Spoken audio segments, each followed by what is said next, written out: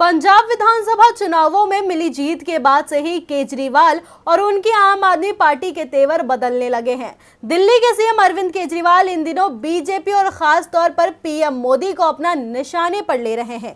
आपके तेवरों को देखकर अंदाजा लगाया जा सकता है कि वो बीजेपी को चुनौती देने की तैयारी कर रहे हैं, लेकिन जमीन पर मामला दूसरा ही नजर आ रहा है। आप बीजेपी को कमजोर नहीं बल्कि मजबूत बना रही है, तो कैसे बीजेपी को हराने की जगह जिताने की रणनीति पर काम कर रही है, आप देखिए ये रिपोर्ट।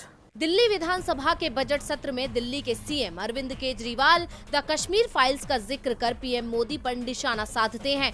बीजेपी कार्यकर्ताओं को फिल्म के पोस्टर चिपकाने वाला बताते हैं।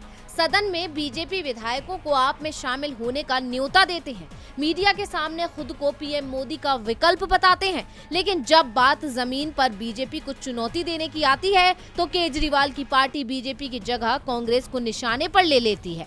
जबकि आज देश में बीजेपी का विकल्प अगर कोई दल है तो वो है कांग्रेस। ऐसे में कांग्रेस को कमजोर कर आप बीजेपी को फायदा पहुंचाती दिखाई दे रही है। हाल ही में 5 राज्यों के विधानसभा चुनावों में भी ये देखा गया। जिन राज्यों में चुनाव हुए उनमें गोवा भी शामिल था। गोवा में बीजेपी 10 साल से सत्ता में है और इस बार ये तय माना जा रहा था कि गोवा की सत्ता से बीजेपी की विदाई तय है। बीजेपी द्वारा कराए गए तमाम आंतरिक सर्वेक्षण भी ये कह रहे थे कि राज्य की 2/3 जनता बीजेपी सरकार से खफा है। बीजेपी के दिग्गज भी मानकर चल रहे थे कि गोवा में इस बार हार तय है, लेकिन जब चुनाव परिणाम आए तो बीजेपी 33% वोट लेकर भी सरकार बनाने में कामयाब हो गई, जबकि कांग्रेस गठबंधन 25% वोट ही ले पाया। गोवा में बीजेपी के खिलाफ जबरदस्त लहर थी, लेकिन सेकुलर पार्टियों की आपसी लड़ाई का फायदा बीजेपी उठा ले गई।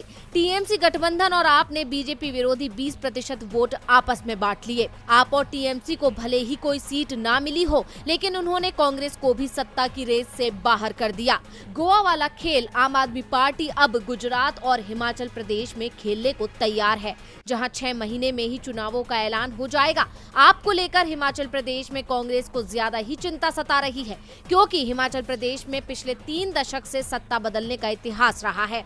5 साल बीजेपी तो 5 साल कांग्रेस। अभी बीजेपी सत्ता में है और कांग्रेस को उम्मीद है कि चुनावों में जनता उसे सत्ता सौंपेगी, लेकिन आपकी एंट्री से कांग्रेस के समीकरण बिगड़ते दिख रहे हैं। हिमाचल प्रदेश पंजाब से सटा हुआ है, जहां हाल ही में आपको जबरदस्त जीत मिली है। इसका असर हिमाचल के ऊना और कांगड़ा जिले में दिखाई भी देने लगा है। ये जिले पंजाब से सटे हुए हैं। यहाँ के कई नेता आप में शामिल हुए हैं। आप में शामिल हुए अधिकांश नेता कांग्रेस छोड़कर आए हैं, जो बीजेपी के लिए फायदे की स्थिति दिख रही है।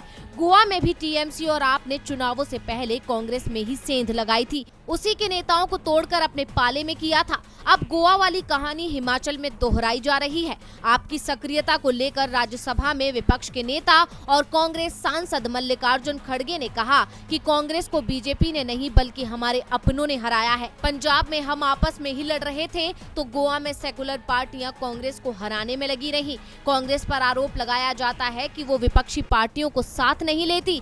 हम अगर विपक्षी दलों से राज्यों में गठबंधन करते हैं तो वो हमारे आधार को ही कमजोर करने में लग जाती हैं। विपक्ष को तय करना है कि वो बीजेपी से लड़ना चाहता है या कांग्रेस से।